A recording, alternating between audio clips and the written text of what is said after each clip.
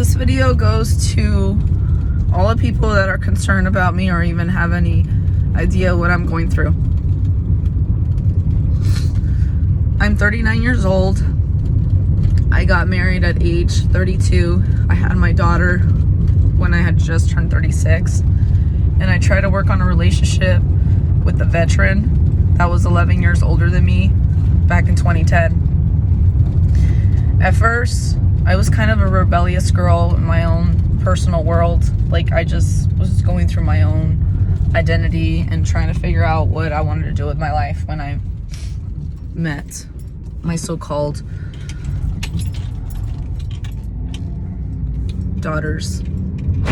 my daughter's dad.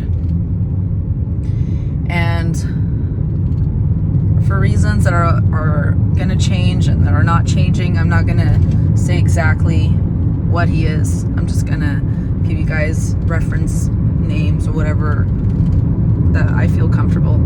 This video goes to share that I am a strong woman and I live my life the way I want to live it. And I literally just had to leave my daughter that was crying, "Mommy, don't leave."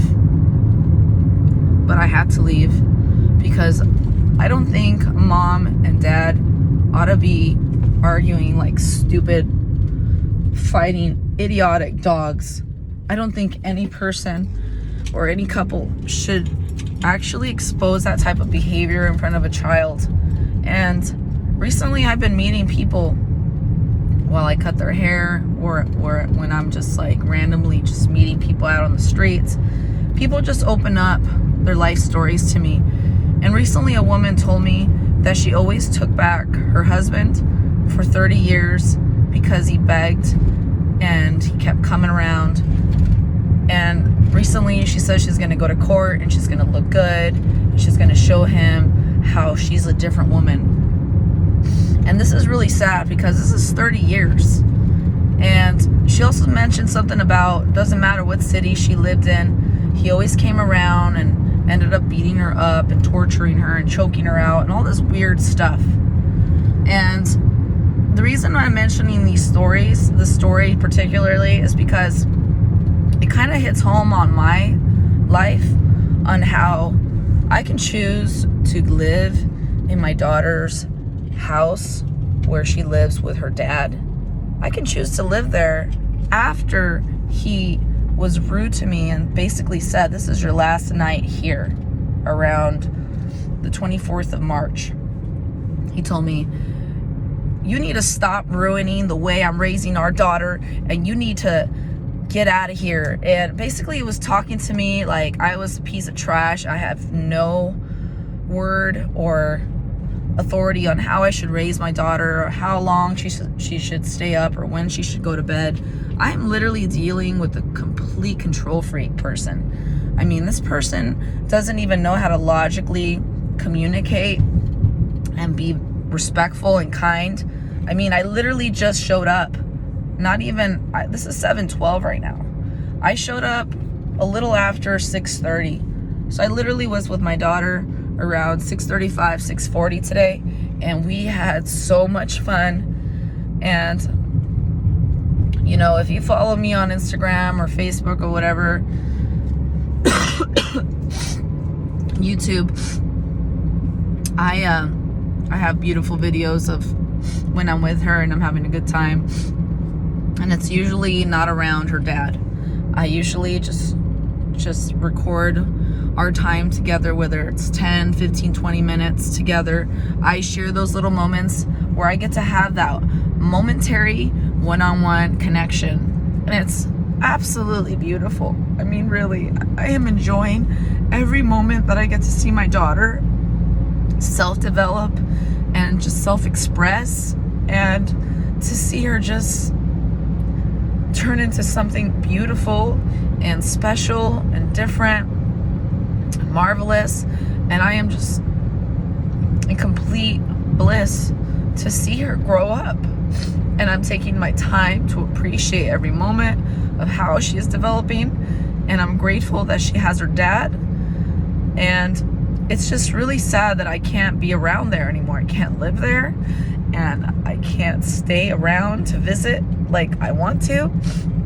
Because for one, my daughter doesn't get home till after 6 o'clock. She's literally in daycare from like 8 o'clock till literally 6 o'clock. My daughter is in daycare. That's literally 8, 9, 10, 11, 12, 1, 2, 3, 4, 5. My daughter is in daycare 10 hours a day. And that is like if she was at a job for 10 hours a day. And she's almost 3. Imagine that.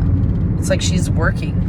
She's at a daycare. She doesn't get to do what she wants. She's a little girl. She's got to do whatever the caregivers tell her to do. So she's mentally focusing. She's observing. She's listening. She's feeling. She's receiving things whether she likes it or not. She has no choice right now, really, unless somebody gives it to her. And it's truly sad that I have to say goodbye to my little girl.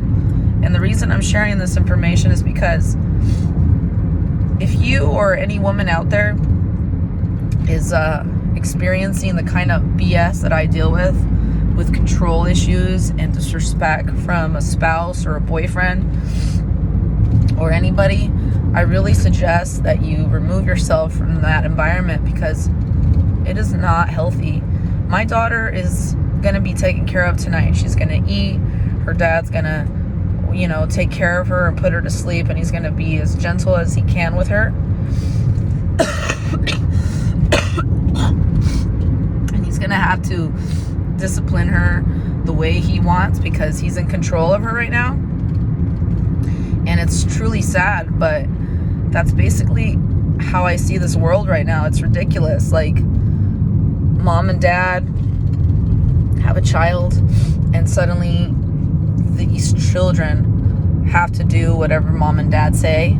It's absolutely ridiculous that some man or woman is in control of a child, completely in control of them, and they either get a choice or they don't. Well, if you're a woman and you're past 18 years old and no one owns you, you're married, but yet no one owns you, and you know it, and you know you're free, man, I recommend you to get the heck out of an abusive, disrespectful, dishonorable situation. I told my daughter's dad, I said, you know what?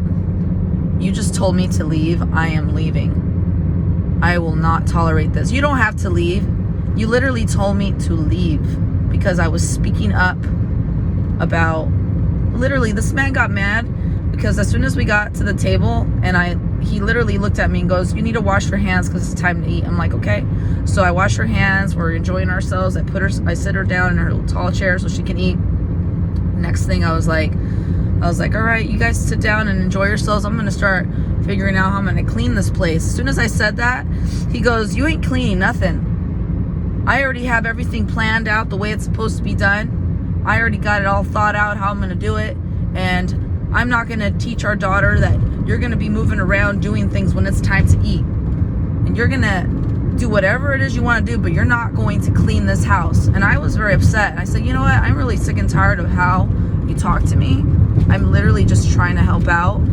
There's nothing wrong with cleaning. I'm not going to turn on the vacuum. And he just kept ripping me one. And I was like, she's watching TV. I just want to put the toys away. No, I don't want her to see any kind of movement. You can do whatever it is you want to do. You're not going. He kept just raising up the energy in a negative way. And I just kept saying, you know what? I really need you to stop talking to me like that. And then right away, as he's sitting there and she's sitting there, she looks over at him and goes, unicorn. So he goes, yeah, you want it? I was like, what's she asking about unicorn? Then he goes, damn it, you see it, Bella, your mom is trying to tell you what to do, and she's trying to change things the way I'm trying to do it. And he's just sending out this negative messaging, and I'm just looking at the situation like my poor daughter has no choice to live in this, but I do. I have the choice to stick around or not, and I chose today I will not stick around in that type of environment. I don't care if I'm doing my best to show up. At that moment, I literally felt, you know what, I played my part here today. I spent time with her. I recorded her. She was telling me stories about the darkness, and it's scary, and the toys, and how she doesn't know. And I told her that one day she will know, and there'll always be things that she needs to still know and learn and stuff like that. And I instilled some information for her. I instilled some type of wisdom and love into her life, and that's what fucking matters in this life. So whoever you guys are out there, if you're observing this, you're concerned about who I am, what I'm doing, you know what? I'm just a freaking 39-year-old woman that really tried to be a really good Christian, really try to be a really good daughter, a really good wife, and a really, really good mom. And I'm going to continue to do it. And so many people might think that's not, like, whatever I'm doing is not successful, but it is successful. You know what? Before my mom died, she said it at my grandma's funeral. She said, my daughter has been such a great girl, and anybody that has Jesus Christ in their lives and has a relationship with Jesus Christ, that person is saved. You can do whatever it is you want to do in this world. You can go ahead and say that you've got this degree and that degree, but if you ain't saved, basically she's like, you got nothing. But if you got Jesus, you've literally accomplished anything better than any degree in this world. And I am so fucking proud of you. And that was my mom. And if you guys want to know why I'm so fucking strong, it's because of that.